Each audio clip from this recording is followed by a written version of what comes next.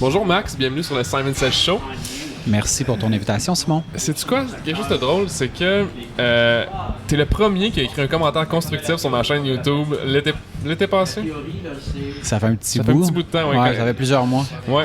En fait, je pense que c'était suite au podcast que j'ai fait avec Najomi, que je m'informais T'étais sur... dans le monde de rechercher, c'est ça? Ouais, je m'informais sur qui t'étais, ce que tu faisais. Puis j'avais regardé un épisode. J'en ai regardé plusieurs, fait que je sais pas si c'est sur lequel j'ai commenté. Je pense que c'était Marie-Ève, la photographe. OK. Marie-Ève Rompré, ouais. Fun fact, ouais. Puis là, maintenant, aujourd'hui, on jase ensemble, habillés pareil, au Simon Says Show. C'est la même commandite. Ouais, c'est la même compagnie, apparemment. Non, pour les gens qui te connaissent pas, tu te fais une petite introduction. Tu sais, Maxime Jobin, c'est qui, c'est quoi? Ouais. En fait, je suis le cofondateur de Satellite WP, qui est un service de maintenance WordPress. Donc, grosso modo, qu'est-ce qu'on fait? C'est qu'on aide nos clients, une fois que leur site est lancé, site WordPress, évidemment, avec la suite, c'est-à-dire s'assurer que, quand ils se le font livrer, le site est beau, rapide, va bien, on s'assure qu'il demeure beau et qu'il continue de bien aller en faisant la maintenance. Donc, la maintenance, c'est quoi? Ça se trouve à être les backups, les mises à jour, la sécurité, la performance, l'évolution dans certains cas. On collabore avec plusieurs agences web qui n'ont pas nécessairement ces intérêts-là. Ouais.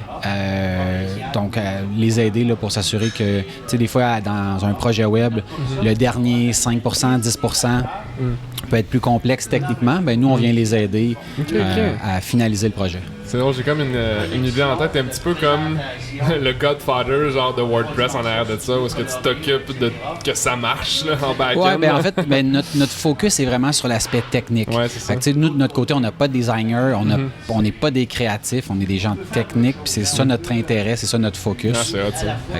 Mais juste avant qu'on enregistre, on parlait un petit peu des forces puis des faiblesses, puis de se concentrer sur nos forces, souvent ça devient que c'est plus payant, je pense, à long terme, en business en tant que tel. Oui, certainement. Tu sais, nous, moi, je l'ai réalisé, ça fait longtemps. J'ai déjà fait des sites web là, il y a plusieurs années. Tu sais, comme je te disais, moi, déplacer des pixels, changer des couleurs, c'est pas le genre de choses qui m'intéresse. Tant mieux s'il y a des gens qui s'intéressent. Moi, ce qui m'intéresse, c'est plus l'aspect automatisation, l'aspect, comme je disais, technique des choses. Brain là-dessus là, aujourd'hui. Ouais, vas-y. Donc, c'est ça. Bref, c'est ça qui m'intéresse. Puis, quand je me suis associé avec Jean-François, mon associé, lui, son intérêt était un peu différent, dans le sens que lui, il n'a pas un background de programmeur. Il est plus de l'autre côté, donc côté intégration web. Donc, justement, jouer avec les couleurs. Exactement. Fait que le fit était parfait, là. OK, nice. On nous voit toujours bien, c'est chill, OK. Ça, je fais juste des petits check-ups au début, là, juste pour s'assurer que la lumière n'est pas trop folle en arrière. Là. Présentement, en fait, juste faire une petite allusion, je voudrais juste dire merci à Audrey, je sais pas si tu vas regarder le podcast, mais de nous laisser une place dans ton café. Dans le fond, Audrey qui est venue nous servir tantôt, c'est la propriétaire. Donc, merci Audrey. Je faisais une petite mention tantôt par rapport à Pictobrain au niveau de tout ce qui était automatisation et analyse. J'étais un petit peu comme gossé avec les Google Forms qu'on parlait tout à l'heure. Par contre, quelque chose que j'aimerais qu'on jase aujourd'hui, c'est tout ce qui est la croissance d'entreprise, en fait. Tout ce qui est... T'as-tu mis le micro off, là? Non? Parfait. Tout ce qui est scaler une entreprise par des processus et des systèmes. Je vais te parler peut-être un petit peu de ton expérience en premier. Là, vous êtes rendu combien dans l'entreprise? Présentement, on est 5. 5, OK, full-time? 5 à temps plein, plus une personne à temps partiel. OK. En termes d'automatisation, moi, ça a toujours été mon focus, mon objectif d'être capable d'en faire le plus possible avec le moins d'efforts possible. À la base, je suis quelqu'un de paresseux. Donc, refaire les mêmes choses, pour moi, c'est inutile. Ouais. Puis aussi, avec l'automatisation, c'est qu'on peut le faire, plus rapide, plus efficace, sans se tromper, jour, soir, nuit, puis faire une job qu'une personne peut faire par exemple, en 1 heure, un ordinateur peut le faire des fois en quelques secondes ou quelques millisecondes sans jamais se tromper, sans prendre de pause. Alors, le fait de vouloir utiliser l'automatisation, ça fait tout son sens dans le monde dans lequel on vit, où on veut donner le maximum de rendement, de retour sur investissement à nos clients. Puis quand tu dis retour sur investissement, est-ce que tu parles, mettons, de dollars sur dollars dépensés versus performance acquise, ou comment tu quantifies ça dans ton domaine? Parce que souvent, pourquoi je te demande ça, c'est parce que là, je fais allusion à des questions que je me fais souvent poser quand je parle à des clients. C'est comme, pourquoi faudrait qu'il y ait un petit cadenas à côté de mon nom de domaine sur Google, par exemple, tu sais? Pourquoi faudrait que ma performance soit classée au-dessus de 80% dans le Google Lighthouse Developer Tool, là, tu sais, qui est comme on analyse la performance des sites en back-end? C'est quoi ça sert ces affaires-là concrètement dans la vie des clients, tu sais? Je te dirais, tu sais, quand tu prends chaque petite chose puis que tu les isoles, c'est exactement comme dire, mettons, les élections s'en viennent, bien, moi, mon vote sur 20 millions ou 30 millions de personnes, il ne change rien. OK? C'est sûr que si tu isoles une seule personne comme ça peut être vrai. Par contre, pour pouvoir élire une personne, ben c'est la combinaison de toutes ces petites personnes individuelles-là qui font en sorte que, ben au final, tu peux être élu ou pas. Make sense. Le retour sur investissement, c'est sûr que, comme tu dis, le petit cadenas ou le fait d'avoir un certificat SSL, dans tout ce que tu peux faire pour être plus efficace, c'est peut-être pas grand-chose. Par contre, pour prendre cet exemple-là précis, ben ça a un impact au niveau de la perception que tes clients vont avoir, soit de ton entreprise, de ton service. Ça a un impact au niveau de dire, par exemple, ben les données vont être encryptées. Donc, les données vont être transmises de façon sécuritaire. Puis, ça a un impact aussi au niveau de ton référencement web, donc ton rang sur les moteurs de recherche. Donc, c'est sûr que c'est pas un critère où est-ce que le rang, par exemple, sur les moteurs de recherche n'est pas décidé à 100% par ce critère-là. Mais les 3 raisons que je viens de donner sont des raisons, à mon sens, qui sont totalement valables. Exactement. De faire le nécessaire pour avoir un certificat SSL sur ton site. Puis c'est pas que c'est nécessairement dispendieux, c'est juste que c'est laissé, je pense, c'est trop compliqué, je m'en occuperai pas, là, tu sais. Oui, en fait, il y a des organismes il y a un organisme qui s'appelle Let's Encrypt qui a lancé un service où tu peux avoir un certificat SSL gratuitement. Donc, ce que tu as à faire, c'est d'aller le chercher. Il se renouvelle automatiquement, fait qu'il n'y a absolument rien à faire. Puis souvent, le seul travail qu'il y a à faire, c'est de configurer le site web pour l'utiliser correctement. Fait que puis ça, c'est un one-shot. Donc, une fois que c'est fait, c'est tout. On passe à d'autres choses. Straight up. C'est tout. Tabarouette. Fait que là, maintenant, vous venez d'apprendre pourquoi vous devriez sécuriser vos sites web. L'autre chose que je voulais aller... là, on a parlé un petit peu de l'aspect technique. On y reviendra si ça donne dans le sujet, mais je faisais allusion à la scaling, la business. T'sais, on parlait de... Parce que quand je retourne quelques semaines en arrière, on s'est parlé.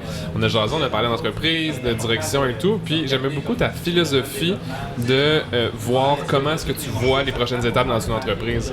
Qu'est-ce qui vous a fait... je sais pas, en fait, à quel moment vous avez passé entre toi, partner et employé, ou c'était toi, employé-partner, ou comment ça s'est passé le début de l'évolution de Satellite WP, justement? En fait, pour Satellite WP, à la base, moi, j'avais mon entreprise. Jean-François, mon associé, avait son entreprise. On a collaboré sur un projet. On est allé luncher suite à une rencontre chez un client. On a commencé à parler de ce qu'on faisait, puis de nos intérêts, puis tout ça. Puis lui, il avait lancé un service comme ça pour ses clients. Dans le fond, il offrait ce service-là à ses clients exclusivement.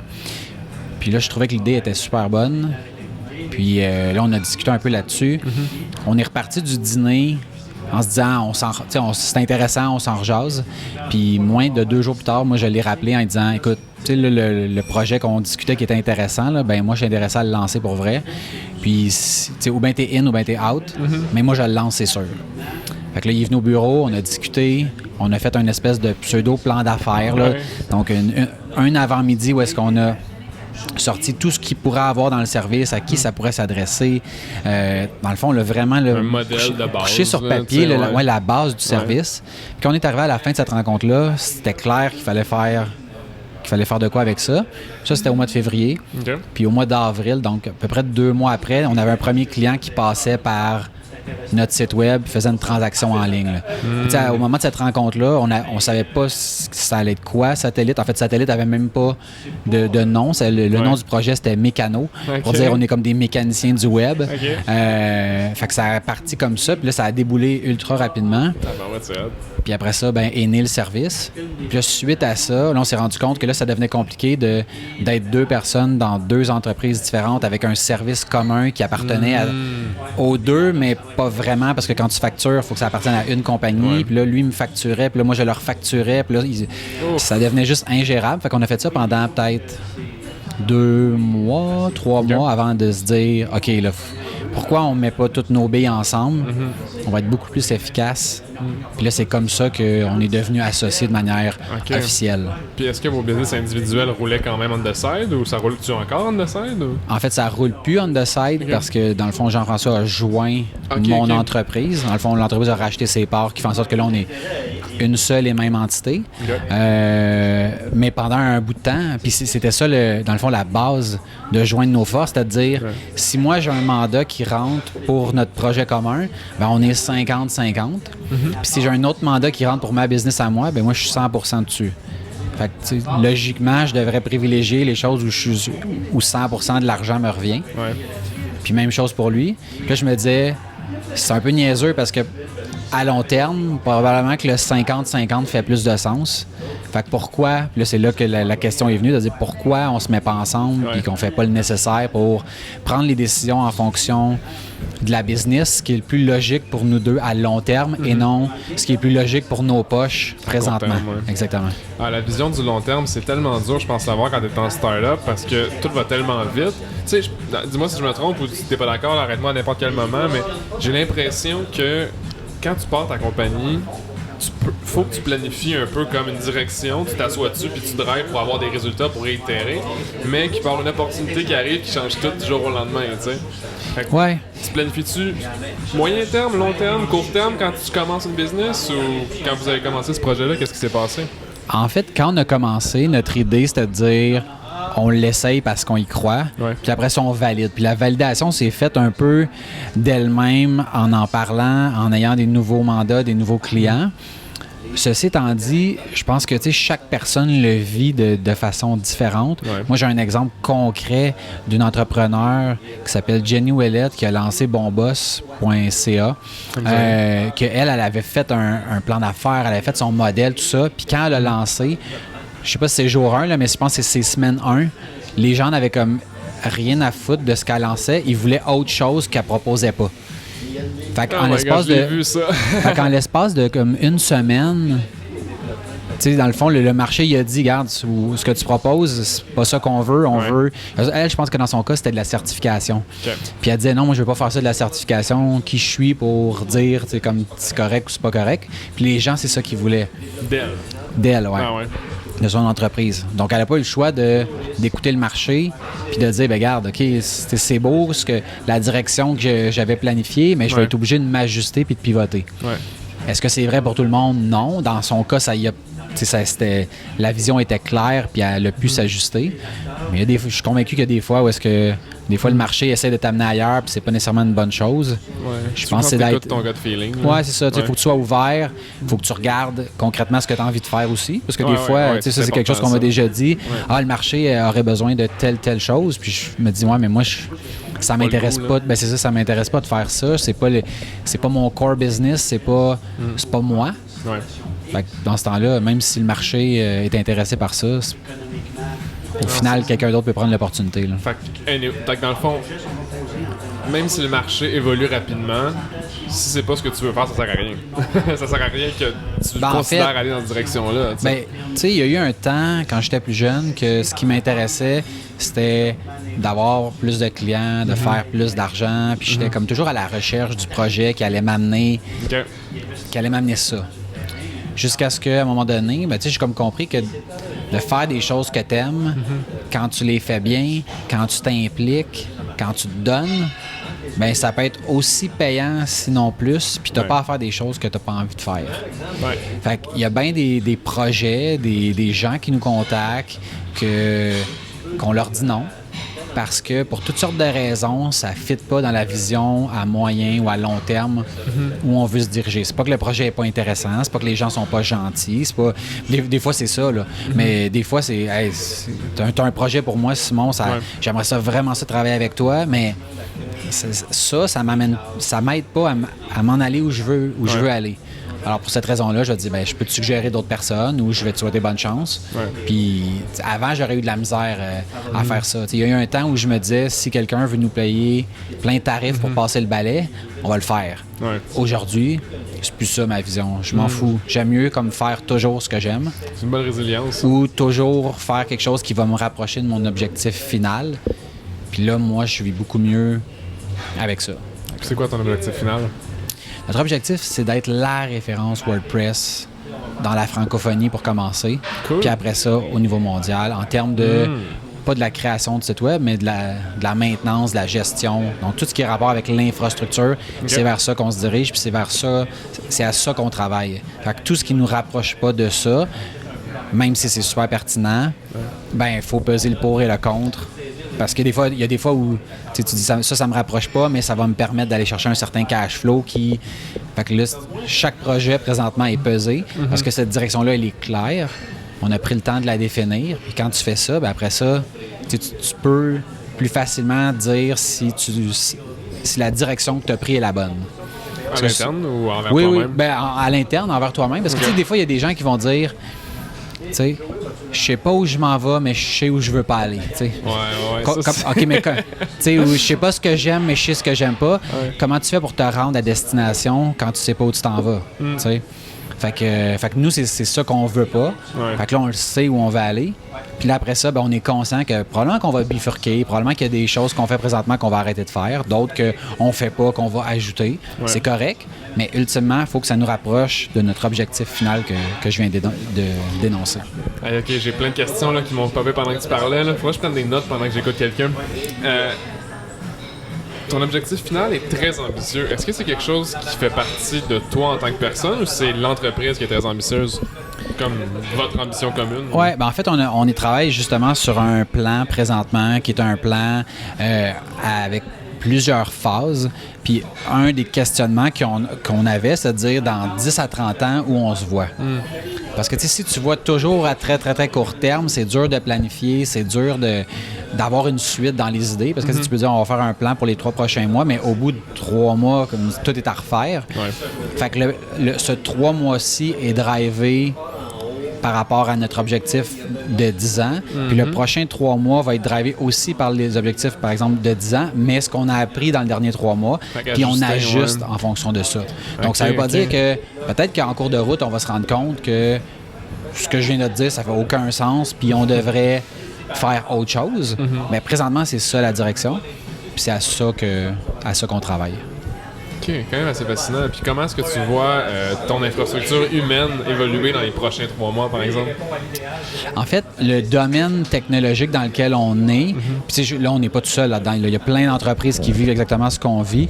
C'est très difficile d'avoir de la main-d'œuvre dans le domaine technologique. Fait que, tu sais, moi, si on avait des gens qualifiés qui se présentaient demain matin, on leur ferait une place, puis on trouverait comme de quoi pour les occuper. Ouais. On a des projets pour occuper bien du monde, mais présentement, si quelqu'un se présente, c'est sûr que on dit pas est-ce qu'on a un poste d'ouvert ou pas, c'est OK. Mais exactement. Ouais. Ah ouais, alors ça c'est vraiment une réalité au point où ça faisait tellement longtemps qu'on cherchait que on avait commencé à mettre des offres d'emploi en France pour faire venir des gens de là-bas parce que on a fait affaire avec différentes agences, on a essayé par nous-mêmes, on a essayé plein de choses, puis au final, on trouvait pas ce qu'on avait besoin. Okay. Puis là, à un moment donné, à force d'essayer, tu sais, il reste que moi, les ressources humaines, si on peut appeler ça comme ça, j'ai pas étudié là-dedans, je le sais pas. Tu sais, j'y vais avec le meilleur de ma connaissance, mais c'est pas ma force. Ouais. Puis j'ai plein d'autres choses à faire. C'est un chapeau parmi plein d'autres que j'ai à porter dans l'entreprise. On s'est fait coacher de différentes manières. Puis là, je me disais, on a essayé plusieurs agences, puis il n'y en a aucune qui a été capable de nous amener ce qu'on voulait. Puis j'ai parlé avec un ami qui fait ça dans la vie, mais lui, il recrute des cadres principalement. Okay. Puis il m'a dit, essaye en Europe. Il dit, honnêtement, si tu vas aller le rencontrer, un billet d'avion, ça ne te coûtera pas plus cher que si tu engageais une agence ici pour les filtrer pour toi. Fait que essaye ça. Puis on a la chance d'avoir quelqu'un dans l'équipe qui a habité en France presque toute sa vie. Alors, connaît le marché, sait comment ça fonctionne là-bas. Okay. Fait qu'on on a testé ça, mais on s'est pas rendu à on s'est pas rendu à destination avec cette solution-là parce qu'on a quelqu'un d'autre qui s'est présenté, quelqu'un d'ici, puis tout ça. Puis, j'ai écouté dans un podcast, ça faisait 2 ans que vous aviez fait quelque chose il y a 2 ans, puis là, finalement, il était revenu. Non, en fait, il avait appliqué il y a 2 ans, dans un moment où est-ce que on n'avait pas vraiment besoin. Puis une semaine après, j'ai changé d'idée, puis il était trop tard. Oh mon Dieu, ça c'est terrible. Fait qu'après ça, on a passé en entrevue plusieurs personnes qui ont pas fité. Certaines, on en a même essayé quelques-unes qui sont pas restées. Puis après ça, 2 ans après, ils nous recontactent. Puis là, on est comme... What's up? Viens. Ouais. Fait que, puis là, c'est tout nouveau, puis ça va super bien. Puis, c'est cool, ça. Vous êtes situé à Laval, hein, si je ne me trompe pas, pas loin d'ici, en fait. Oui, en fait, on est à Laval, disons, sur la 440, entre la 13 et la 15. Sur une rue qui s'appelle Louis B. Maillet. Oui. À droite. À gauche de toi, il y a comme un champ qui va être construit bientôt, genre? Oui, exactement. Exactement. Il y a comme plein de grosses bâtisses commerciales qui se bâtissent, mais... ça pousse. Cette rue-là n'existait pas il n'y a pas si longtemps que ça. C'était des champs, là. Oui. Fait c'est quand même fascinant. Il y a bientôt plus d'espace de vide à Laval. Il y a comme presque plus rien, genre. Il y en a de moins en moins. Ouais. Puis c'est ça. C'est une bonne nouvelle pour le secteur. On est dans un super bel emplacement.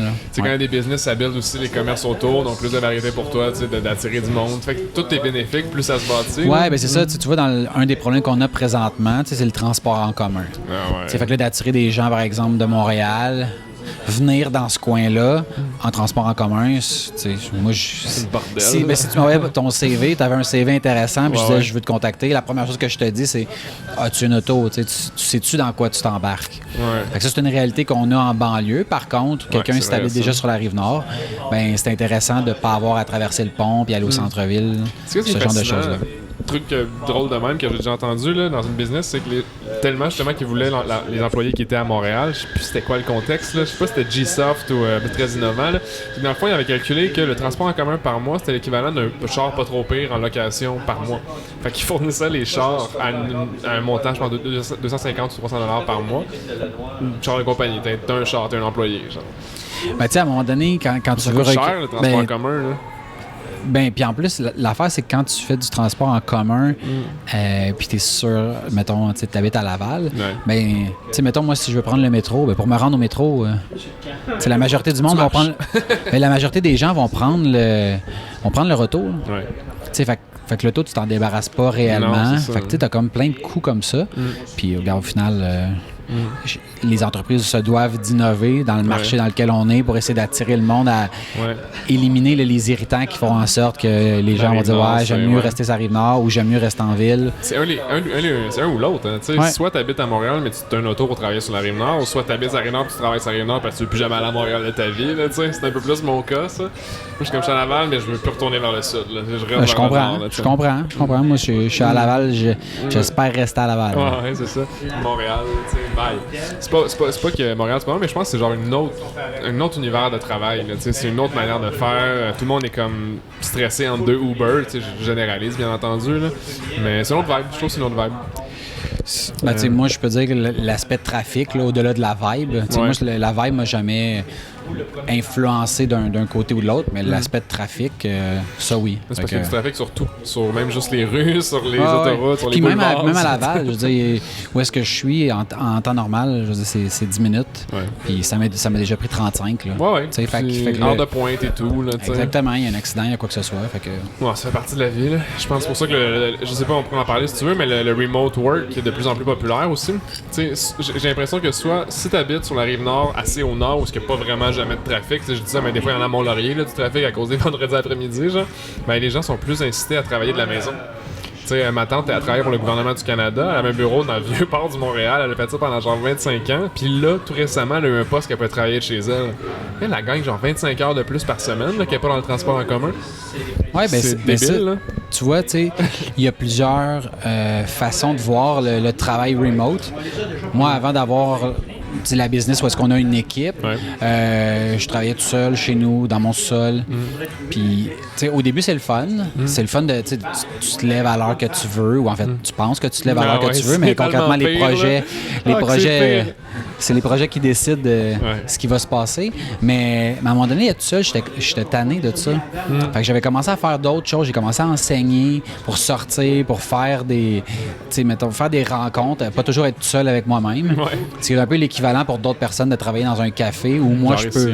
C'est ça, ce que moi je suis pas capable de faire à cause de problèmes de concentration. Je passerais mon temps à regarder tout ce qui bouge. Puis à un moment donné, c'est ça, j'ai eu l'opportunité de grandir. Puis là, je me suis dit, c'est beau le remote, ça vient avec des avantages, mais moi j'ai le goût de bâtir quelque chose avec du monde qu'on crée une espèce d'esprit de famille. Puis ça, ben tu peux pas créer ça quand t'es remote. Non, c'est ça. Fait que j'ai rien contre... Puis c'est ça la directive au bureau, j'ai absolument rien contre ceux qui veulent travailler de manière occasionnelle au bureau. Mais si la maison, tu fais ça? Oui, excuse-moi. La maison. Mais si ton objectif, c'est de travailler 100% remote, moi, c'est pas ça que j'essaie de bâtir. Moi, j'essaie de bâtir une chimie entre les gens, puis sérieusement, on a bien du fun. Je veux dire, on est à peu près, j'allais dire 37h30, mais ma blonde m'a dit non, pas mal plus que ça. 37h30 au bureau. Fait que je me dis, tu sais, pourquoi pas faire en sorte que cet environnement-là, que les gens avec qui tu... moi, je me lève le matin, là, j'ai hâte d'arriver au bureau. Puis quand le soir, ben, je pars, ben, j'ai hâte de m'en aller chez nous puis de voir ma blonde puis mon gars. J'aime les deux environnements, c'est correct comme ça. Puis, fait que, tu sais, je pense pas qu'on a besoin de d'aimer plus un que l'autre ou de pas aimer. T'sais, moi, j'en vois des fois là, des gens que quand ils arrivent vendredi, là, sont comme fous parce que leur vraie vie commence là, pendant 2 jours. Là. Moi, je me souhaite pas ça, puis je souhaite pas ça aux gens de mon équipe. Je souhaite ça à personne, en fait. C'est d'être self-aware, je pense. C'est genre de savoir ce que toi t'aimes, ce que tu préfères, puis juste de balancer tes propres intérêts. Je veux dire, oui, il faut que tu travailles pour d'autres objectifs, mais aussi parce que t'aimes ta job. Si t'aimes ta job, bien entendu. Je veux dire, tantôt, t'arrivais ici, j'étais avec mon laptop, j'étais complètement absorbé par un Google Form. Factuellement parlant, il n'y a rien de plus plate qu'un Google Form, mais moi, j'étais comme nice, le processus va être optimisé. C'est sûr qu'il faut que tu aimes ta job. Si de un, tu travailles remote ou tu travailles de n'importe où. Là. Mais qu'est-ce que je veux savoir, c'est que quelqu'un, j'avais entendu... En fait, ce que je voulais dire, c'est que j'ai déjà entendu quelqu'un dire... Je pense que c'est une agence en Australie. King Kong, dans le fond. Vraiment hot nom d'agence. Le gars, il a dit, tu sais, c'est bien beau avoir une entreprise que tout le monde est remote parce qu'ils ont les capacités de le faire avec Internet. T'as pas besoin d'être côte à côte, mais il y a une chimie créative qui se crée quand t'es littéralement avec ton team. Tu sais, comme qu'il y a un problème pour un client, puis là, qu'est-ce qu'on fait pour le régler? L'équipe est autour de toi pour le faire. Là, chose que tu peux pas créer en remote. Puis non, même pas ça nous est arrivé à un moment donné là, qu'on a une personne qui nous aide avec l'administration, puis elle est là à temps partiel. Okay. En fait, je vais dire, elle est là au meeting d'équipe, mais sinon, le reste est vraiment remote. Okay. Puis à un moment donné, il y en a un de l'équipe qui est parti en vacances. Puis c'était clair au bureau que cette personne-là partait, puis elle était pas là pendant 1 semaine.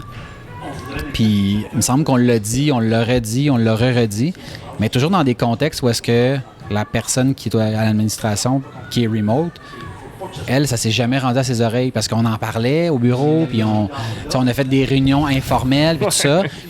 Puis quand la personne est en vacances, ben au final, ce qui est arrivé, c'est qu'elle s'est fait assigner des tâches par la personne à l'administration qui n'était pas là. Puis là, j'étais comme, ben voyons donc, on l'a dit à peu près 125 fois. Puis elle dit, ouais, mais personne ne me l'a dit à moi, tu sais. Puis là, j'ai commencé à penser à tout ce qui s'était passé. Puis c'est vrai qu'on n'a pas envoyé un courriel à tout le monde ou, tu sais, quelque chose de... Non, ça faisait à peu près 100 fois qu'on en parlait. Mais dans ces 100 fois-là, elle n'était pas là, elle. Fait qu'il y a ça que le remote amène, qui est d'une dimension qui n'est pas amenée. Puis il y a aussi le fait que des fois, il y a des discussions où est-ce que, tu sais, mettons, moi, je parle avec toi d'un problème, quelqu'un d'autre est juste à côté, entend la discussion, va venir amener son input. Puis là, tu fais comme, ça, c'est vraiment une bonne idée, ou on n'avait pas vu ça comme ça. Si t'es en remote, tu la manques, cette opportunité-là de t'impliquer. Là. Tu me fais réfléchir. Là. Est-ce que tu penses que, mettons qu'on avait la tranchée, là. Aujourd'hui, il faut qu'on décide qu'est-ce qui est le meilleur, OK? Est-ce que tu dirais que si tu choisis de faire du remote work, tu serais 100% remote, ou si tu choisis de faire du in-office, ben pour tous les avantages qu'il y a à travailler dans un bureau, avantages de chimie, de rencontres informelles, de développement collaboratif, si on veut, ça serait pour ou contre? Alors, il faut que j'aille d'un côté ou de l'autre. Ouais. T'es-tu comme 100% ce qui est drôle? remote ou 100% bureau? Genre? Ben, sais-tu quoi? Je vais répondre à ta question, mais avant ça, là, je vais dire que moi, je suis dans un domaine où est-ce que, en informatique, il n'y a rien qui est noir ou blanc. Tout est gris. Tout est à un certain niveau de gris. Puis je crois beaucoup au fait que de prendre des décisions comme ça, unilatérales, de dire le remote, c'est mieux. Au bureau, c'est mieux. Ben, peut-être plus, c'est pas... je me suis peut-être mal exprimé, excuse-moi. Est-ce que c'est mieux pour les processus, en fait? Mais je pense que, mettons, même pour ça, prendre n'importe quelle question, il y a sûrement des cas où quelqu'un va pouvoir me dire « Ouais, mais dans tel cas, tu vois, si j'avais été remote, ça aurait été mieux. Ça aurait été mieux. » J'avoue comme ça. Puis dans tel autre cas, là, c'est le bureau. Fait que je pense que, tu sais, de trancher, puis c'est comme ça, dans ce cas-ci, c'est comme ça, tu sais, là, on a beaucoup de débats par rapport à manger de la viande versus arrêter. Est-ce qu'on devrait devenir vegan? Moi, je crois beaucoup au fait que de dire peut-être réduire la consommation, mais en même temps, tu sais, d'arrêter complètement. Pourquoi? Est-ce que c'est vraiment nécessaire? Fait que, tu sais, je pense que tout est une question de niveau de gris. Ouais, je comprends. Puis que de trancher, de dire on devrait faire ça. C'est contextuel, dans le fond. Ben, tu sais, moi, je travaille beaucoup. Tu sais, tout ce que je programme dans ma vie, ça prend une réponse à tout. Tu sais, fait que. C'est vrai.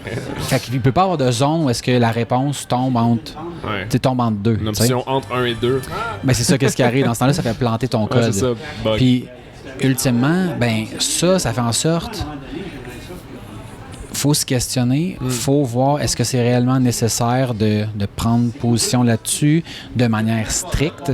Puis il y a bien des fois où on essaie de mettre en place soit des façons de faire ou des règles qui, contrairement à ce qu'on pourrait penser, avancent pas la situation, avancent pas le processus. Puis je pense que de trancher comme cette question-là, est-ce qu'on devrait être soit tout le temps au bureau ou tout le temps remote? Je pense qu'elle avance pas le débat, malheureusement, tu sais. Non, t'as raison. Puis ça fait du sens aussi parce que, mettons, je pense à des exemples. Si j'ai un employé qui veut travailler du Portugal, puis c'est un bon employé, puis la job se fait quand même, on va trouver moyen de communiquer pareil, là, tu sais. Ben oui, c'est pas comme si on avait une barrière qui nous empêchait, c'est une question de préférence rendue aujourd'hui, c'est en 2019. Puis tu sais, mettons, tu dis, je veux, moi, avoir de la flexibilité, je veux donner un horaire flexible à mes employés, par exemple, puis que tu as quelqu'un qui travaille à la réception, puis qui accueille les clients.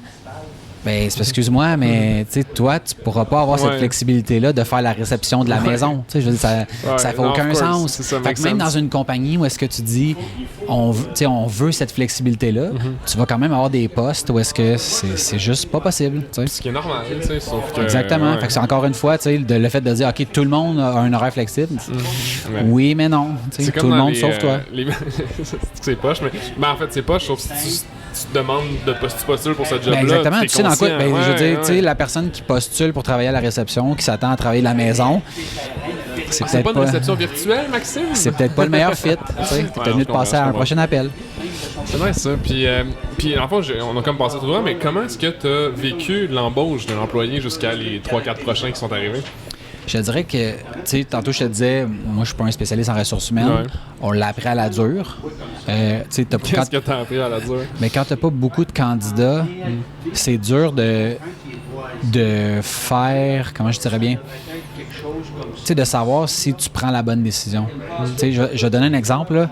Quand on a engagé récemment une directrice marketing, on a mis l'offre d'emploi, puis je pense dans le 15 minutes suivant l'affichage, s'il n'y avait pas 10 personnes, il n'y en avait pas une. Là.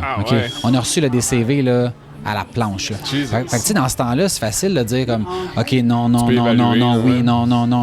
oui. Puis là, à un moment donné, tu arrives à la fin, puis il en reste 10. Là, tu les regardes comme il faut. Là, tu dis, regarde, on va pas comme appeler, mettons, 10 personnes en entrevue. Là, tu en élimines une coupe, là, tu en gardes 5. Là, tu te retrouves un peu avec la crème de la crème dans l'univers de tout ce que tu as reçu. En développement web, on recevait, mettons, un CV par 6 mois. ou par 3 mois, ou quelque chose comme dans ces eaux-là. Ouais.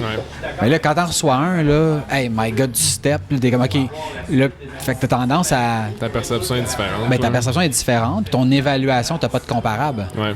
Fait que ton comparable, c'est toujours par rapport au CV précédent que tu as eu il y a 3 mois ou il y a 6 mois. Fait que moyennement que ça fit un peu, dis, on va l'essayer, comme qu'est-ce qu'on a à perdre?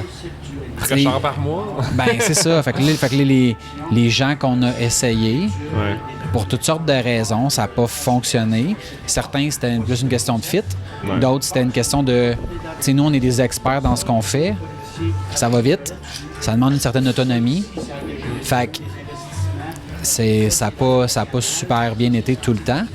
Mais, tu sais, je me dis, même en rétrospective, je vois pas vraiment qu'est-ce qu'on aurait pu faire de différent, tu sais, quelque chose que à j'ai ce appris niveau-là. Excuse-moi de te couper, mais au Non, niveau non, du vas-y. fit, c'est que invite l'employé d'une journée pour vivre la business. C'est ce que j'aurais dû faire en fait dans un contexte où en le revoyant en arrière, là, tu sais.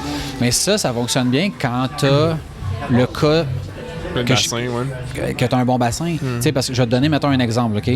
À un moment donné, on engage une agence qui nous dit on va vous envoyer des candidats. Fait que l'agence m'appelle, me dit je me rappelle, c'était la semaine juste avant Pâques. Fait que vendredi, c'est le vendredi saint, fait que le bureau est fermé. Fait que dit on va t'envoyer un candidat le mercredi puis le jeudi. OK. Fait que m'envoie le candidat le mercredi. En entrevue, ça? Oui, ou- en OK. entrevue. Le jeudi, je l'attends, il se pointe pas. Fait que j'appelle l'agence, puis je dis, écoute, ton candidat, il s'est jamais pointé. Fait que là, il dit, ah, ben, je comprends pas. Attends un peu, laisse-moi regarder. Ah, j'avais dit à mon collègue de le booker. Finalement, il l'a pas booké. Désolé, c'est notre erreur. Puis là, je dis, OK, ben garde, appelle-les, puis book-les lundi. Lundi, moi, je vais être au bureau, je vais prendre vendredi, puis Ouais. je vais être là lundi. Fait qu'il dit, OK, c'est bon. Il me rappelle, il dit, c'est bon, je l'ai booké. Pendant le week-end, je reçois un courriel du candidat qui dit, j'ai accepté un autre offre ailleurs. C'est la fin. C'est que le marché. Ben, est-ce que tu penses. Fait que, tu sais, fait que là, dans ce cas-là, Ouais. tu sais, je veux dire, oublie ça, là, ta journée, que pour Ouais, le l'idéal, rencontrer, puis... là. Mais c'est puis- une puis question de ça, frais de demande, là, tu sais. ben oui, puis Dans ça m'est arrivé. Ouais. Ça m'est arrivé plus qu'une fois. Ah, Des my God. scénarios de ce genre-là où tu te rends même pas à... À le voir. Non. Tu vois, j'avais même pas pensé à cette possibilité-là. Non, il y avait une personne à un moment donné qui a passé la première entrevue, Ouais. puis je voulais qu'elle vienne pour passer la deuxième entrevue pour y faire un offre. Puis quand je l'ai appelé, il m'a dit, garde, il dit, je peux même pas écouter, j'ai pas le temps d'écouter ton offre, j'ai déjà reçu une autre offre que je peux pas refuser. Puis je me disais, ah, mais t'as Comment même, tu peux dire ça? mais t'as même pas écouté ce que j'avais à dire. Ouais. Puis ça a fini là. C'est quasiment insultant, ça. C'est plate, mais c'est ça le marché. tu sais. L'ego est fort dans ta barouette, là. Regarde, je sais pas. Tu sais, je peux pas. Moi, ce que je peux te dire, c'est ce qui est arrivé puis ce qu'on fait pour essayer comme, tu sais, d'attirer du monde. Mais après ça, comment les gens réagissent, c'est pas compliqué. Il en manque. Ouais, ouais. Mais Fait que- peut-être vraiment, comme tu dis, dans cette industrie-là spécifiquement, tu sais, il y a comme 10 jobs pour un employé, là, ce qui peut être comme un problème. Ouais. Ouais, tu sais, oui, il y a ça, mais on n'est pas tout seul. Tu sais, Ouais, le c'est marché ça. présentement va ultra bien. Tout est à la hausse. Ouais. Fait que les emplois, tu sais, en fait, les employés, les gens se les Ils ont le arrachent. choix, là, c'est ça. Fait qu'ils ont le choix. Est-ce que vous avez essayé de la chasse? Comme aller genre dans poacher dans d'autres business? Mais c'est pas vraiment compliqué. Je veux dire, mettons, dans notre industrie, il n'y a pas assez de finissants pour le nombre de postes qui est ouvert. Fait que nécessairement, c'est quelqu'un qui part d'ailleurs. Là. Ah ouais. Fait qu'il s'est fait Fait que offrir c'est- quelque chose d'une autre place pour aller ailleurs. Ouais, Oh ouais. my god, c'est vraiment agressif. Je pense que C'est genre, ça, si le quelqu'un marché. a une business de RH à se partir, là, il ferait de l'argent avec ça. Ben, en même temps, mais eux autres, ils ont le même problème. Ils ont pas comme de plein candidats. ben oui, ils ont comme plein de clients, mais ils n'ont pas de candidats à fournir. Ouais. Mais Fait faut que tu closes l'employé que tu vas avoir meilleur ailleurs, tu sais, mais en tout cas, rendu là, j'ai un ami qui fait du recrutement, puis ça a l'air d'une game, là, Mais c'est pas évident. C'est pas ça a évident. l'air d'une game difficile, effectivement, là. Wow, ok. Je vais en aller où avec ça? Qu'est-ce qui se passe? On dirait qu'il... T'as entendu? Il dirige quelque chose sur le toit. My God, j'ai tellement de questions, mais genre, je vais essayer de garder ça le plus informatif possible. Quand tu as scalé de 1 à 2, c'était quoi les principaux défis? Si on veut peut-être pas nécessairement le gars technique, là, mais mettons la Ouais. directrice marketing. C'est récent, ça, je pense. Ouais. C'était Ben, on n'est pas passé de 1 à... Mettons, je vais parler comme 1 à 2 en général dans le business. Ouais. Qu'est-ce qui a changé? En tu sais? fait, ce qui est difficile, c'est qu'il faut que tu sois occupé comme personne seule, à mon sens. Ouais. Il faut que tu sois occupé à 200% pour pouvoir rentrer quelqu'un qui va faire en sorte que toi, tu vas t'occuper à 100%, puis cette personne-là va être occupée à 100%. On s'entend, c'est la théorie, ça fonctionne pas comme ça. Puis nous, à la base, on était une entreprise où on vendait des heures. Fait que, tu sais, j'ai pas un produit qu'on vend que tu dis, ben regarde, tu sais, un employé peut gérer le fait qu'on va vendre 100 000 unités ou 200 000 ou 1 million, ça marche pas de même. Si j'ai 1 heure à vendre, ben c'est 1 heure par personne, ben c'est exactement, tu sais.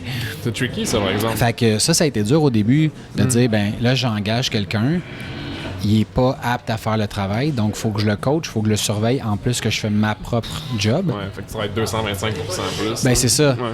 Ça, c'était l'aspect qui était difficile à gérer. Puis pour pouvoir faire ça, ben ça te prend un bon coussin monétaire pour absorber ça. Ouais. Fait que c'est pas évident, je te dirais. Là, on est rendu plus loin dans cette sphère-là, vu qu'on est 5. Fait que d'engager une nouvelle personne, ben, chaque personne peut prendre un peu de son temps pour la coacher, pour l'aider, puis c'est pas juste une personne qui va tout faire. Fait que c'est plus simple, mais je pense que ça dépend vraiment de quel type de profil. Ouais. Mais la business puis le profil de l'individu qui va rentrer. Là. Exactement. Puis chaque individu est différent aussi. Là. Ouais, c'est clair. Mais moi, en tout cas, moi, personnellement, je trouve que c'est beaucoup plus facile aujourd'hui que ce l'était. Puis je pense que de plus en plus, ça va être facile. Parce que là, parce que là, l'entreprise a une identité. Chose que quand tu es tout seul, je veux dire, tu sais, mettons, je me rappelle les premières fois, elle me disait, tu sais, y a-tu un intranet? Il y a 2 semaines, j'étais tout seul. Il n'y a pas d'intranet, il n'y a pas. Tu sais, j'avais même pas de système de paye. Fait que là, il fallait que je magasine un système de paye. Après ça, se connecter ses serveurs. Tu sais, mettons, on n'avait pas de serveur. Tout était dans mon courriel personnel, gérait la business. Fait que là, fait que c'est tellement de choses pendant que à ça gérer. Roule, faut que tu changes tout ça pendant que tu vends puis que tu représentes. Oui, exactement. Non, puis je l'ai déjà dit à un moment donné, mais tu sais, je me rappelle quand j'ai trouvé le système de paye, ça me coûtait 26$ par paye. Ouais. Puis tu sais, il y avait une personne sur le système de paye. Fait que tu sais, déposer son... Tu sais, quand tu fais un transfert Interac, ça coûte 1$, là. Ben moi, mon équivalent, il me coûtait 26$ pour déposer sa paye. Puis là, je me disais, c'est scandaleux, c'est 26$ pour prendre l'argent dans le compte, puis... Mais sur une personne, ça vaut pas vraiment la peine. Mais après ça, là, tu grandis, puis là, tu fais juste rajouter une personne, puis une personne... Le processus reste le même. Mais c'est parce que ton coût fixe, ton coût fixe est élevé, puis après ça coûte, mettons, 2$ de plus par personne. Mais quand t'en as juste un, ben ton 24$ de base, il fait mal, là, tu sais. Ça, là, c'est l'erreur de perception que les startups ont qui les empêche de grandir à une vitesse grand V, je pense, quand tu commences, parce que si t'avais une structure solide à la base, le moment où tu rentres des ventes, il faut que tu fournisses. Tu n'as pas le temps de restructurer, tu sais. Mais en même temps, tu sais, ton capital est limité. Ouais. Fait que là, tu veux t'assurer de dépenser aux bons endroits. C'est des trucs obligatoires, là, tu sais. Mais il y a tellement de décisions, il y a tellement de solutions. Je pense que chaque personne fait du mieux qu'elle peut avec les données qu'elle a devant elle. J'ai pas vraiment de réponse. Je suis content d'être passé par-dessus ça. Puis maintenant, c'est en arrière. Fait que quand on a quelqu'un d'autre qui rentre, ben, la décision est prise. Mais au début, tu as l'évaluation de toutes ces solutions-là. Puis là, on te pose des questions par rapport à ta business auxquelles tu n'as jamais pensé parce que tu ne te versais pas un salaire qui était fixe. Parce que, chose que je commence à faire cette année d'ailleurs, c'est parce que les dividendes, j'ai juste perdu le track. Je me suis sorti trop d'argent l'année passée. J'étais comme, what? Mais la gestion du cash flow. C'est important. Puis plus tu as de gens, plus tu te rends compte que ben là, c'est important. Puis, tu sais, avant, mettons, quand j'étais tout seul, si j'avais pas de contrat, ben je faisais juste pas me payer. Là, maintenant, s'il n'y a pas de contrat, ben c'est quelqu'un, c'est les autres membres de l'équipe qui sont pas propriétaires de l'entreprise qui viennent chercher l'argent comme. Ton mindset change quand tu es rendu sur un payroll, je pense. Puis avec un payroll aussi. Non, fait que c'est plein de petits ajustements comme ça qui sont des passages obligés pour pouvoir grandir, qui sont pas core à ce que tu fais. T'sais, moi, à la base, je suis un développeur, je suis un programmeur analyste. Fait que ça, c'est toutes des choses que tu dois apprendre sur le tas. Puis... D'expérience. Exactement. À moins que ça soit ça qu'ils apprennent dans les business class à l'école, ce que je trouverais vraiment pertinent, mais c'est pas ça qu'ils apprennent malheureusement. Là. Mais en même temps, tu sais, moi, je vois vraiment ça comme étant... c'est un passage vers autre chose. Faut absolument que tu le fasses, puis que faut pas que tu t'enfarges là-dedans. Non, c'est un détail, je suis d'accord, sauf que j'aurais aimé ça, savoir comment bien commencer les choses. T'sais, à la place de recommencer un an et demi plus tard, dans un sens. Puis je dis pas que recommencer est plus long parce que tu sais déjà qu'est-ce que tu veux qu'il arrive. Fait que, mettons, je te donne un exemple, changer mon infrastructure de Dropbox à Google Drive, ça me prend un avant-midi. C'est pas genre un an de travail à faire, mais c'est quelque chose que j'aurais dû faire au début parce que tout était synchronisé dans l'univers Google. Je donne un exemple comme ça. Mais demain, il va t'arriver quelque chose qui va te ramener vers un autre univers. Je pense que les problèmes que tu as présentement, dans, mettons, 1 an, dans 5 ans, tu les auras plus, ils vont être réglés. Ça va être autre chose. Mais exactement, exactement. Ça va être autre chose, ça va être d'autres défis. Là, probablement, on est 5. Je pense que la journée qu'on est 50, mais là, on va avoir des départements qui présentement n'existent pas. Des levels de management. Puis, juste, mettons, la gestion de la paye. Présentement, c'est automatisé, c'est le même montant pour tout le monde.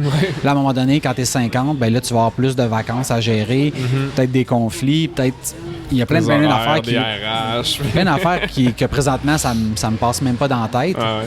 Mais il faut juste qu'on sache que la réalité d'aujourd'hui, c'est pas la réalité de demain. Il faut être bien dans cet inconfort-là de dire il va tout le temps avoir quelque chose, puis c'est correct.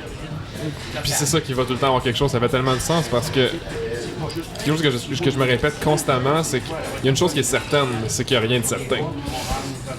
C'est surtout en business, là, les gens qui commencent sont comme OK, ça va être demain que je fonctionne. Hey man, attache ta tuque parce que demain tu vas avoir une claque d'en face, puis ça va changer, il va falloir que tu t'ajustes, là, tu t'engages en sous-traitance. En tout cas, il y a plein de réalités sur mesure qu'il faut prendre en considération. Je pense que ce que tu maîtrises, puis ce sur quoi tu as du contrôle, il faut que tu le contrôles.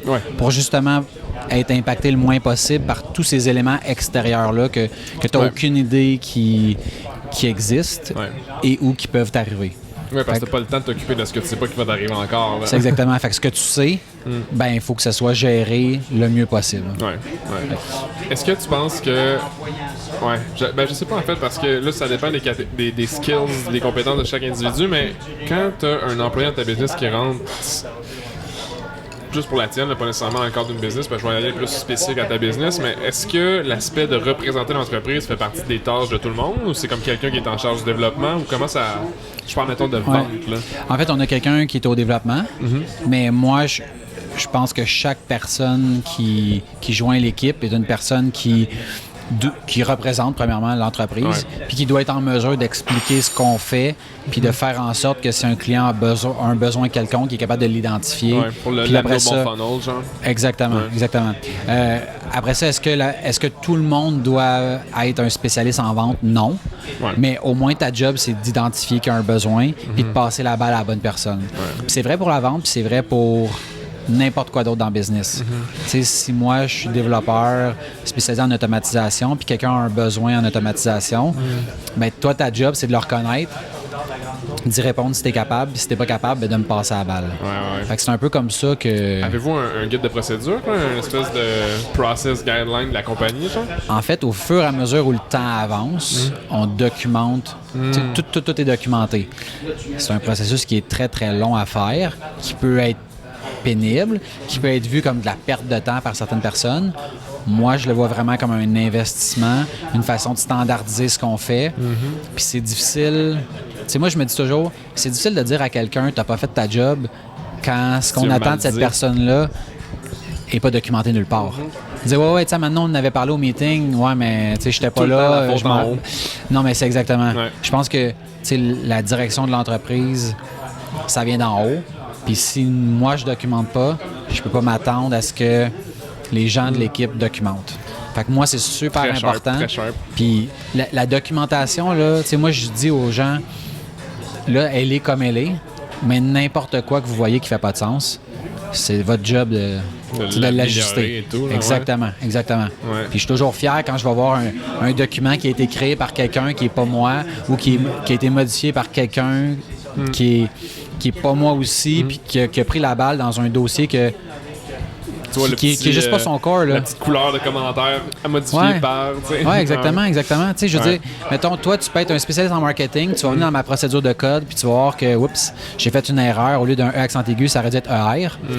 Ben, tu viens d'améliorer la documentation. Tu sais, ça n'a pas besoin, tu n'as pas besoin de comprendre le code, tu as juste besoin de t'intéresser, puis que si tu vois quelque chose, ben, tu prends action. Puis moi, le processus d'amélioration continue, pour moi, c'est ça. Puis c'est ce qui fait que la business s'améliore aussi, parce que tu parlais d'être 5 ou 50 ou domination mondiale. Je veux dire, à un moment donné, il faut que quelqu'un puisse lire comment et le pourquoi vous faites sans que tu ailles à intervenir à chaque fois. Oui, parce que présentement, c'est facile, on est 5. On peut dire, OK, guys, on fait un petit meeting, on s'entend, mais il va venir un moment où est-ce que le 5 va devenir 6, va devenir 7, va devenir 8, 10, 15, 20. Puis là, de dire, OK, là, on va définir nos valeurs. C'est comme, non, il est trop tard. Là. Fait que les valeurs sont déjà définies. C'est core coulé dans le béton. Exactement. Puis je veux qu'on puisse prendre les décisions d'entreprise en lien avec nos valeurs. Si un projet ne rentre pas dans nos valeurs, ben on le fait pas. Puis comment on fait pour pouvoir juger si un projet rentre dans nos valeurs? Ben c'est en ayant défini nos valeurs. Fait que, tu sais, c'est toutes des petites choses qui... Puis là, tu sais, là, on est 5, là. Ça prend du temps à faire ça, là, de dire on fait des meetings pour genre s'obstiner sur... Ça va être quoi le bon mot? Pour définir comment on se sent, puis ce qu'on veut, puis... C'est un exercice marketing, ça? Non, moi, je vois ça vraiment comme un exercice d'équipe, mais qui va driver le marketing après, qui va driver les ventes. Oui, il y a des méthodes... Tu sais, il y a des clients qui étaient des bons clients en termes monétaires, qui sont plus clients parce qu'on leur a fait comprendre que c'était pas un bon fit avec nous. Parce qu'ils s'alignent pas dans où on veut aller. Ça, c'est vraiment cocky, mais j'adore ça. C'est cocky dans le sens où... Mais c'est même pas cocky, c'est ça. Vas-y, mon raisonnement, c'est que je trouve que c'est cocky, mais en même temps, de la perspective interne d'une business, c'est se respecter soi-même.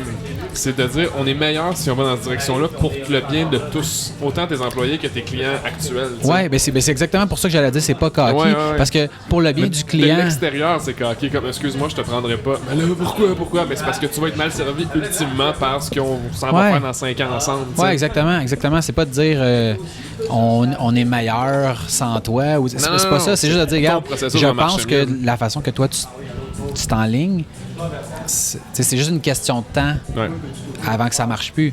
Puis on a eu un cas justement la semaine passée, un nouveau client qui avait pris un service super payant pour nous autres. Ça, à la moindre petite affaire, là, ça accrochait toujours pour des choses qui n'avaient aucun rapport avec nous autres. Fait que là, c'est comme faute. Dans sa tête à lui, c'était notre faute. On est dans un domaine technique, c'est pas toujours évident, même pour les clients de comprendre. Ah, je sais, là, tout ce qui est abstrait. Là. C'est exactement. Puis finalement, on a décidé de le laisser aller. Puis je me disais, c'est plate, là, parce que ça aurait pu être une super belle collaboration, mais si ça accrochait en partant sur ces petites choses-là qui n'ont aucun rapport avec nous, c'est juste une question de temps avant qu'il y ait autre chose. Ça, c'est triste, mais c'est l'éducation du client, tu sais. Lui envers ton industrie, tu sais. Tu sais, je veux pas lancer la pierre mettons, au client, mais de la façon que lui voyait les choses, je me dis c'était une question de temps avant que ça marche plus. Fait qu'aussi bien finir ça tout de suite, comme ça cause pas de frustration de son côté. On a géré, on a dit, on va passer la balle à quelqu'un d'autre, ça va bien aller. Là, on a remboursé, fait que là, lui, il a comme rien perdu. Nous, on perd pas notre temps à essayer de satisfaire quelqu'un qui va jamais être satisfait. Comprend pas ce que vous pourriez faire ou whatever. Puis nous, on garde notre santé mentale en n'étant pas tout le temps là, c'est nerfs à toutes les fois qu'il y a un courriel qui rentre de cette personne-là ou un appel. Puis ça, je suis content que toute l'équipe a réagi de la même façon parce qu'on est aligné sur nos valeurs puis où on veut s'en aller. Exactement. Fou, tandis qu'avant, on aurait sûrement vu comme mais là, on vient de perdre un produit ou un service rentable. Parce que vous vendez, je sais pas si exclusivement, mais principalement par votre site web. Ou pas principalement, mais vous pouvez vendre par votre site web. J'ai remarqué que c'était des transactions qu'on pouvait appliquer. Oui, en fait, il y a deux choses. Tous les forfaits d'entretien, donc l'entretien qui est récurrent, se vend directement via le site web. Puis après ça, il y a ce qu'on appelle du projet, donc des choses, exemple, ton site, il y a un bug, puis tu veux qu'on le corrige, ou tu veux faire une amélioration, une modification qui ne rentre pas dans de la maintenance récurrente. Ben là, ça passera pas nécessairement par... Ça passera pas par le site de la façon que... Comment qui est fait, là? Ben, en fait, ça peut passer par le site, mais ce que toi, tu veux dire par ça passe par le site, parce qu'ultimement, tout est électronique. Là. C'est une transaction en ligne sur satellitewp.com. C'est pas un forfait. Fait que nous autres, on a du forfait puis du projet. Fait que la majorité, ça passe par du forfait. Puis après ça, une fois que tu as passé par le forfait, là, on peut ajouter ou pas la notion de projet, tout dépendamment de tes s'ajoute intérêts. À ton projet, à ton forfait. Exactement. Je sais pas pourquoi, c'est vraiment drôle, là, mais c'est exactement là-dessus que je travaillais ce matin. On pourra en parler après, là, parce que je trouve ça vraiment drôle. Attends, je vais reculer à ton guide de processus. Le guide de processus que vous travaillez, que vous documentez, est-ce que c'est un outil que vous... Ben là, tu parlais que tu travailles en collaboration avec ton équipe dessus pour améliorer le tout, mais à quel point c'est important, tu penses, pour scale, mettons, à 5 de plus, je veux dire 10, 15, 20? Est-ce que c'est la pierre angulaire de ta business qui va faire en sorte que la transition vers beaucoup plus d'employés va être plus fluide? Ou tu penses que tu aurais pu passer ailleurs puis genre avoir des managers qui forment les gens? Ou... Ben, moi, je pense, première des choses, que si on veut assurer une certaine qualité... Ouais, standard, là. Exactement. Ben, ça prend des processus, puis ça prend de l'écrit. Puis pas juste pour les futurs employés ou les futurs membres de l'équipe, ça prend ça même pour moi.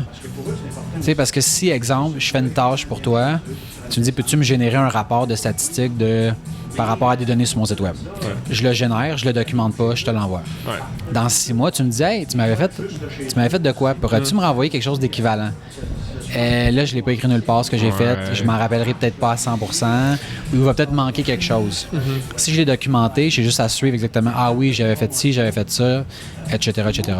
Donc, tous nos services qui sont documentables, parce que les choses qui ne sont pas documentables. Exemple, j'ai un bug sur mon site, ben le bug que tu as n'est pas le bug que quelqu'un d'autre va avoir, fait que ça ne donne rien de documenter ça. On va documenter ce qu'on a trouvé, mais la procédure n'est pas documentée. Est-ce que les diagnostics sont similaires d'une fois à l'autre ou c'est tout le temps... Moi, je connais pas vraiment ça, le back-end. Je vais dire, il y a beaucoup de similarités, mais c'est toujours différent. C'est de la merde. Fait que ce qu'on va documenter, c'est quoi la méthode pour trouver la solution. Et de ce problème-là, dans le fond. Non, de manière générale. Ah, OK. Tout passe, mettons, en informatique, tout passe par la compréhension. Est-ce que tu comprends bien le problème?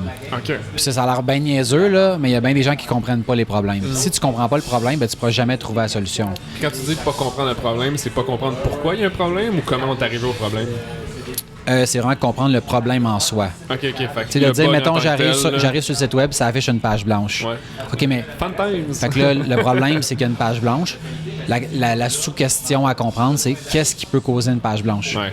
Parce que souvent, là, les gens qui sont moins habitués ou qui sont pas des experts, ben là, vont partir dans plein de directions. Là. Je vais aller vérifier telle affaire. C'est inutile, parce que si tu savais qu'est-ce qui cause ce genre de problème-là, tu serais pas en train de faire ça. Fait que la compréhension... C'est un peu ça. Mais ça vient avec une partie d'analyse, une partie d'expérience, d'expertise. Mais grosso modo, il y a comme une certaine démarche à suivre.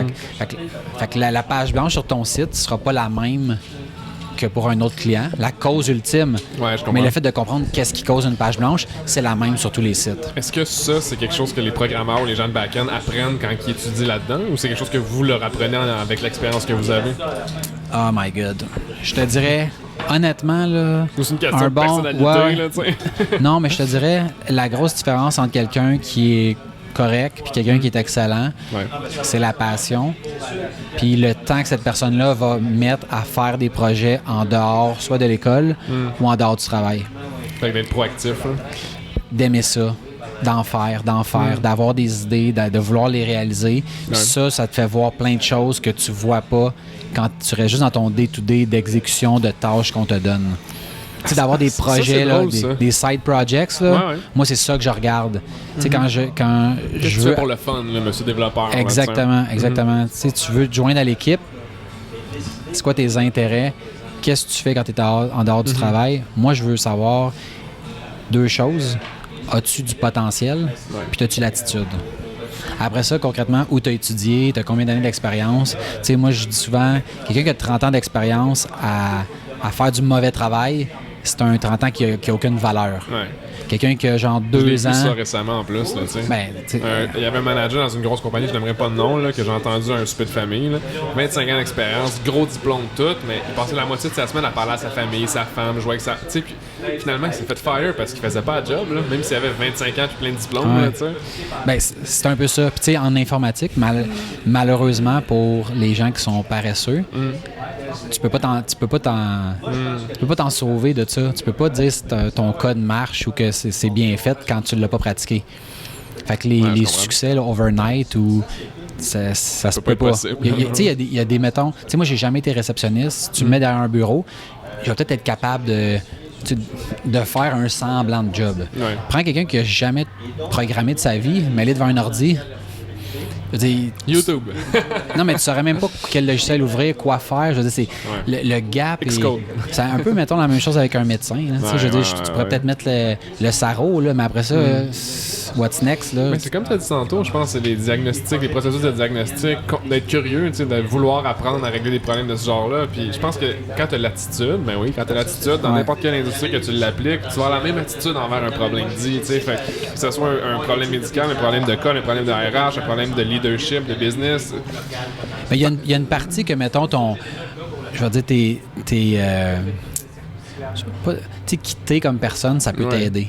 Oui, je suis d'accord. Il y a une grosse partie dans le fait d'être un développeur, un programmeur analyste, que genre ça t'aide zéro. Là. Fait que moi, mettons quelqu'un qui a ça pour aller vendre au client ou expliquer quelque chose au client qui fait comme ni queue ni tête, mais le client va rien voir. Mais quand ça va être le temps d'exécuter la solution, là, il n'y a plus aucune idée qu'est-ce qu'il faut faire. Ouais, je cache. Fait que c'est là que. Là-dedans. Ouais, exactement. Ouais. Jesus, hein? Le problème de RH, c'est quand même assez temporel aujourd'hui.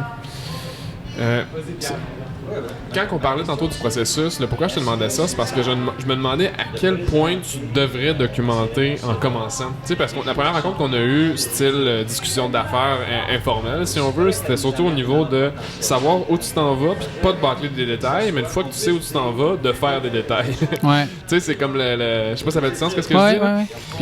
Puis jusqu'à où tu documenterais quand t'es rendu comme, OK, I know where to go, puis genre... Ta plume t'amène où jusqu'à... Je vais te dire, dans le fond, nous, ce qu'on fait. Nous, ce qu'on a trouvé qui fonctionne, parce que, tu sais, prends, mettons, une entreprise, une multinationale qui a aucune documentation de rien sur rien, peut probablement dire, on va mandater, on va prendre comme 40 personnes dans notre équipe de 15 000, puis on va leur faire de la documentation non-stop. Dans une PME, tu peux pas vraiment faire ça. Tu peux pas dire, on va mandater 2 personnes sur 5 pour faire ça. Fait que c'est un effort qui est constant. Après ça, est-ce que, tu sais, mettons comme dans ton cas, est-ce que tu devrais commencer à tout documenter avec des procédures? Non. Non, parce que tu n'en finiras plus puis tu ne pourras pas faire le reste. Exact. Ceci étant dit, il y a sûrement moyen pour certaines affaires que tu fais de dire, ben je vais prendre un document Word. Au début, commencez à garder ça bien simple. Un document Word, tu dis, OK, quand je fais, mettons, je sais pas moi, quand je fais un podcast, ben une fois que j'ai terminé l'enregistrement, étape 1, je vais faire, mettons, le montage audio. Étape 2, je vais le mixer avec la vidéo. Étape 3, je sauvegarde le résultat final. Étape 4, je le mets sur YouTube. Après ça, étape 5, je l'envoie sur les réseaux sociaux. Ça, au début, c'est bien en masse. Ouais. Après ça, mais la fois d'après, tu vas dire, ah, c'est vrai, faut pas que j'oublie que quand je fais l'audio, de faire cette option-là. Exactement. Draft, là, Tantôt, tu me disais que tu avais oublié de synchroniser tes caméras pour que ça soit sur le même frame set, quelque chose comme ça. Frame rate, bon. Ben, ça, c'est le genre d'affaire que là, OK, quand j'enregistre mon truc, une étape, s'assurer que les caméras... que les caméras soient sur le même frame rate. Puis c'est comme ça que tu commences. Puis à un moment donné, cette procédure-là, qui au départ était 5 lignes ou 5 points, va devenir 15 pages de texte détaillé. Puis que là, tu vas dire, sais-tu quoi? Grand-maman pourrait venir enregistrer le podcast. Oh, je suis trop white, là? Non, t'es encore correct. Je vais juste... Là, il est à 1 heure pile. Donne-moi une seconde.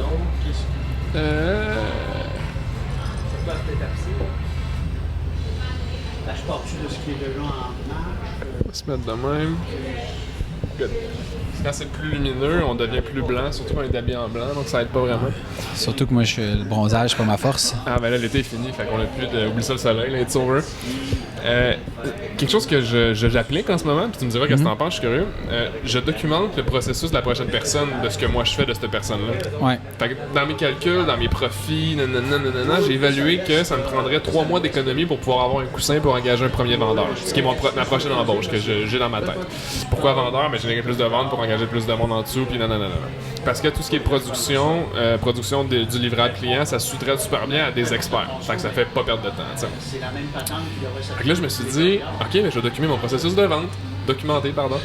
Et je me suis rendu compte que c'est vraiment, oui, c'est correct, là, tu sais, fais tant de cold call ou tant de manières, ou voici toutes les possibilités de génération de leads. Mais ça, c'est ma manière. Ouais. Ouais.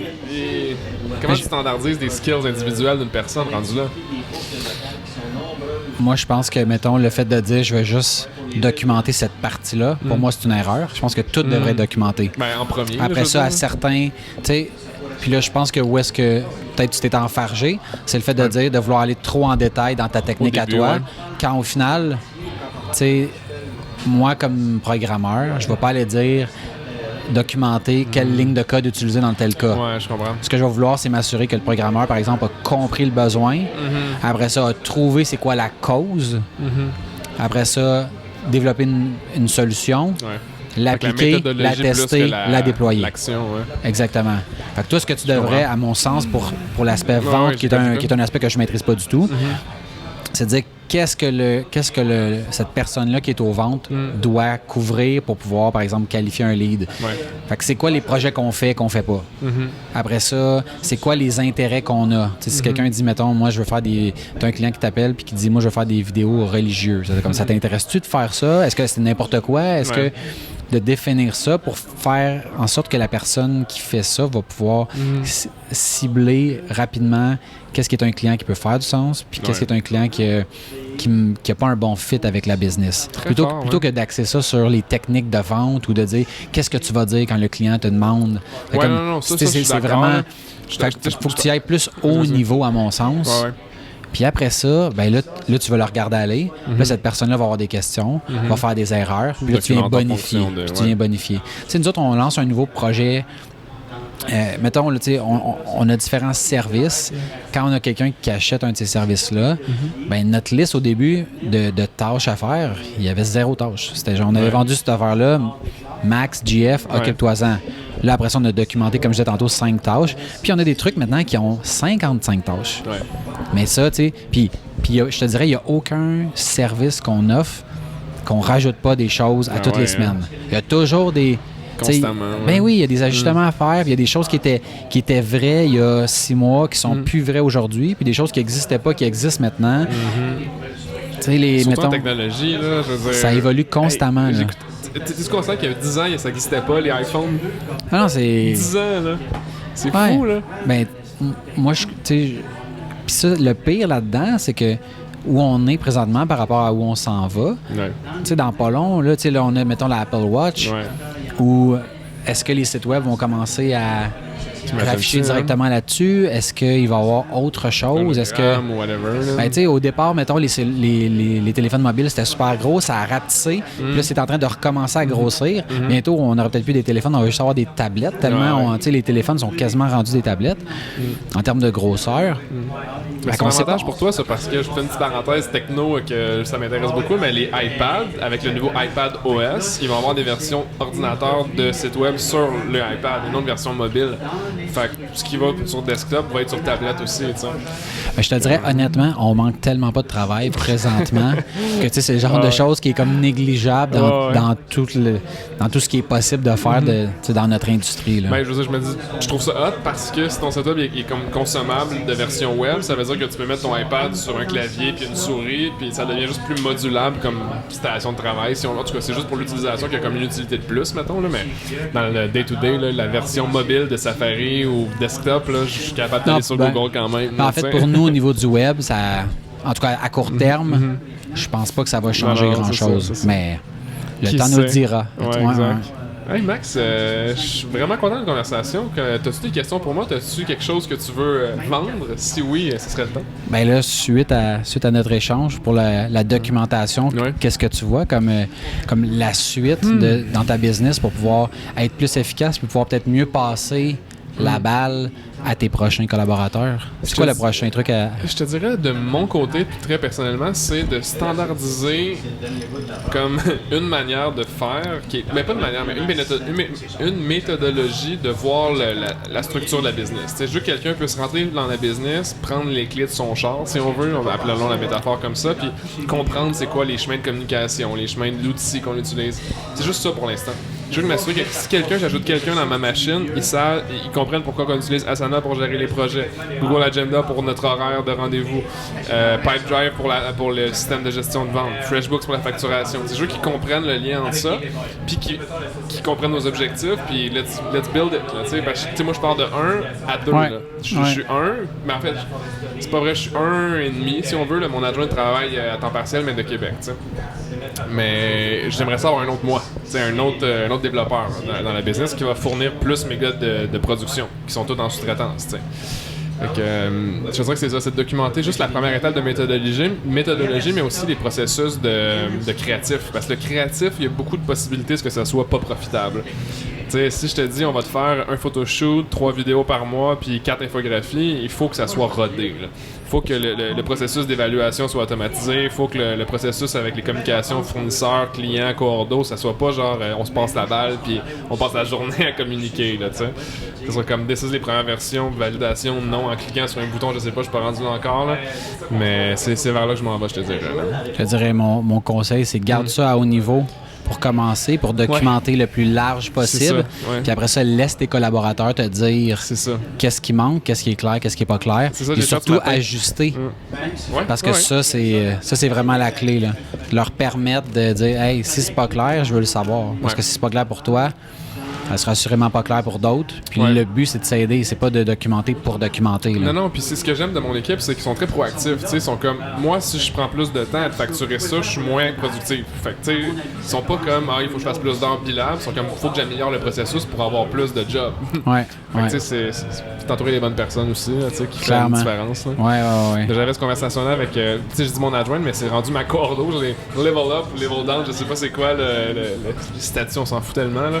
Mais je voulais y trouver un titre qui était le plus proche de ce qu'elle faisait dans le day-to-day, tu sais. Overall, elle coordonne des projets marketing. Fait que j'étais comme, tu vas être coordonné, tu sais. Nouveau titre. Mais ce que j'aimais, c'est que j'ai montré justement ce que je vais te montrer tantôt. Là, j'ai montré mes processus, mais aussi la structure, la planification de la business en back-end. Il y a les processus qui sont publics aux employés, mais la structure, c'est comment je vois la business grossir, si on veut. Puis elle dit, ça c'est intéressant, mais t'as-tu pensé à ça? Je suis comme, oh my god, c'est tellement juste ça que je voulais qu'on aille comme conversation, tu sais. Parce qu'elle est dans la machine, tu sais. Non, exact. Un coup que tu as quelqu'un, après ça, tu peux challenger. Puis il y a des gens qui vont comprendre des choses, pas comprendre d'autres choses. Puis là, ça te permet de leur expliquer exactement. Puis dans le fond, de valider si ça fait du sens au moment où tu leur expliques. Parce que des fois, dans ta tête, ça en fait. Puis là, quand tu l'expliques, la personne ne comprend pas. Tu dis, t'as peu. Si toi, tu le comprends pas, ben potentiellement, nos clients vont pas le comprendre. Puis là, ben, c'est vraiment une bonne idée. Etc. Ça a été mon challenge dans les 2 dernières années. Ça fait à peu près 2 ans et demi que j'ai la business déjà. C'est fou, là. Puis là, je m'apprête à faire un rebranding total. Probablement qu'à un moment où le podcast est sorti, les gens vont l'avoir vu. On en avait parlé aussi brièvement. C'était soit si j'étais sous Simon Paquin, sous SP Consultant ou sous une autre business qui est une agence en tant que telle. Puis après tous les pour et contre dans toutes les situations, j'ai tenté d'aller vers marque personnelle, mais c'est pas ce que moi je voulais vraiment. T'sais. Je voulais quelque chose qui était indépendant de Simon Paquin. Fait que là, j'étais comme, OK, ben là, la compagnie SP Consultant, c'est intéressant, mais j'aimais pas que mon nom, ironiquement, j'aimais pas que mon nom soit sur la porte. J'aimais pas savoir que c'était moi le responsable du résultat, ultimement, si on veut. Ce qui m'a amené à, OK, ben je vais prendre un nom tierce d'une agence. Puis là, je me suis arrêté là-dessus, j'ai pensé. Je me suis rendu compte que si j'étais le propriétaire d'une agence, tu sais, les clients, oui, vont vouloir travailler avec moi, ceux qui vont être sous ma direction actuellement parce qu'ils veulent pas se faire pitcher à quelqu'un d'autre. Je comprends ça, tu sais. Mais ça permet, dans ma perspective, qui est totalement personnelle et opiniâcée, si on veut, que ça fait du sens que je peux me dissocier un petit peu de l'entité qui est la business, mais je reste le cheval de bataille, si on veut, comme je reste le leader un petit peu de cette coalition, je sais n'importe quoi, là. Ce qui fait en sorte que j'ai décidé de partir une agence qui était ce que mes clients avaient besoin. Parce que quelque chose que je me suis rendu compte, c'est que le marché dans lequel on est, ils n'ont pas besoin de spécialistes à faire une affaire au niveau de leur marketing. Ils ont besoin de plus de généralistes qui vont les accompagner comme un département au complet. C'est ça que je me suis rendu compte. Puis en faisant des recherches de mots-clés, puis de recherche, là, tu sais, où que les gens se demandaient quand ils ont besoin de quelque chose sur les Google, là, ben, ce qui ressortait tout le temps, c'était agence. J'étais comme agence, mais je voulais pas être une agence initialement, tu sais, je voulais être spécialisé en quelque chose, mais je peux être une agence spécialisée en quelque chose. Puis de fil en aiguille, ça fait en sorte que c'est ce que les gens cherchent pour le service que je livrais déjà sous un un copywriting différent. Donc la communication était mauvaise pour le client que je visais. C'est juste ça que je me suis rendu compte. Je vais parler le langage du client, mais je vais lui offrir ma solution. Ça coûte pas mal moins cher de parler le langage. Hey, je me suis tellement battu longtemps à essayer de pousser ce qui était complètement irrationnel, ce que moi je pensais était la bonne solution pour les clients, mais au final j'utilisais des termes que moi je comprenais. Les clients, ils cherchaient même pas ces termes-là. Ce qui faisait en sorte qu'ils tombaient jamais sur mes services, entre guillemets. Fait que là, il fallait que ma technique d'acquisition de clients, c'était un à la fois. T'sais, bonjour Maxime, moi je suis ça, je fais ça. 1h30 plus tard de conversation de networking, on est comme, ah ok, là je comprends ce que tu fais. Tandis que... C'est longtemps. Exact. Je vais sur ton site web, vos experts WordPress. Ok, sûrement qu'ils sont bons en WordPress. Puis ça dit pas vos experts en design WordPress. Non, exact. Tu comprends? Exact, fait que je comprends que c'est du back-end. En tout cas, c'est pas un plugin, là, comme Nage disait là, dans votre podcast, qu'elle pensait... C'est sûr qu'elle disait qu'elle pensait que c'était un plugin? Mais il y a plusieurs personnes qui nous avaient dit ça à la base. Puis, non, c'est ça. Dans le fond, c'est de raffiner le message. Puis des fois, ce qui est clair pour toi, l'est pas pour d'autres. Puis, d'écouter, puis de voir, OK... D'écouter, c'est ça. Ouais, exactement. Puis de s'ajuster, puis c'est correct. Puis, il y a eu une passe où est-ce que ce qu'on avait fait était le mieux qu'on pouvait faire avec ce qu'on avait. Ouais. Puis tranquillement, on ajuste. Puis, ultimement, il n'y a rien qui est coulé dans le béton. Ouais. Tout peut s'améliorer. Puis c'est comme ça que tu grandis, puis que tu fais pas des faux pas de dire, OK, là, on remet le modèle en question toutes les 2 semaines. C'est vraiment d'y aller, là, de dire, OK, tout ça monte à peu près en parallèle, puis si vous reculez, on recule. Puis tu sais, présentement, on a un plan marketing qu'on est en train de mettre en branle, puis là, on s'est rendu compte que, pour certaines affaires, c'est vraiment une bonne idée. Pour d'autres choses, c'est moins on target. On recule, puis on le refait. Tu sais, je veux dire, on n'est pas... T'as des questions sur ce sujet-là? Des fois que je pourrais peut-être donner des cues ou whatever?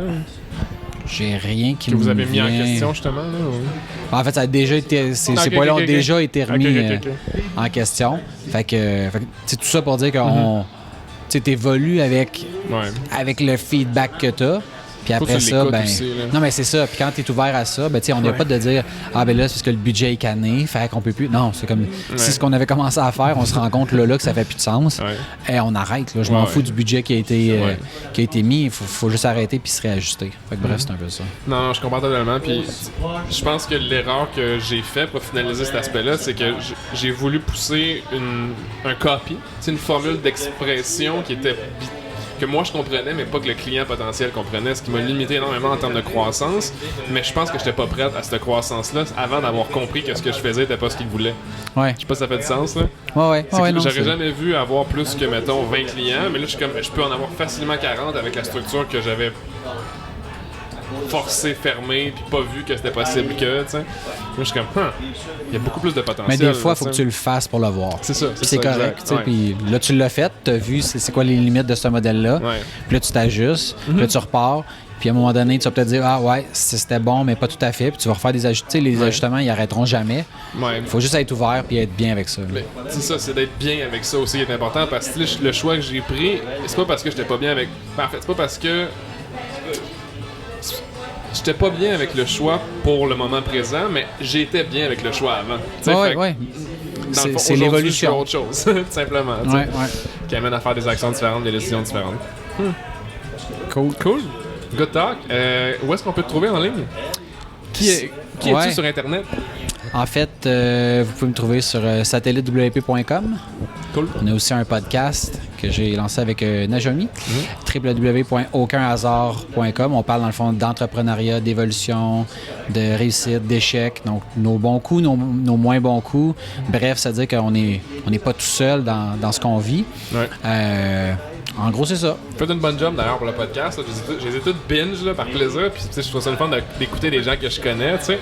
Vous parlez de choses vraiment, vraiment pertinentes. Donc je vous le recommande aussi très fortement. Là, Aucun hasard partout sur les socials aussi. On est. Donc Twitter, LinkedIn, on n'est pas sur MySpace par exemple. Mais sinon, les autres, on est là. C'est drôle parce que tu dis MySpace, mais est-ce que sur MySpace, est-ce que c'est encore ouvert comme service ou... J'ai aucune idée. Parce que si je me rappelle bien, tu peux connecter de l'audio sur MySpace. Mais on le fera pas. Mais on le fera pas. On va rester sur Spotify et tout. Donc, merci Max de ta présence. Et puis, peace guys. On se revoit une prochaine fois. Bye.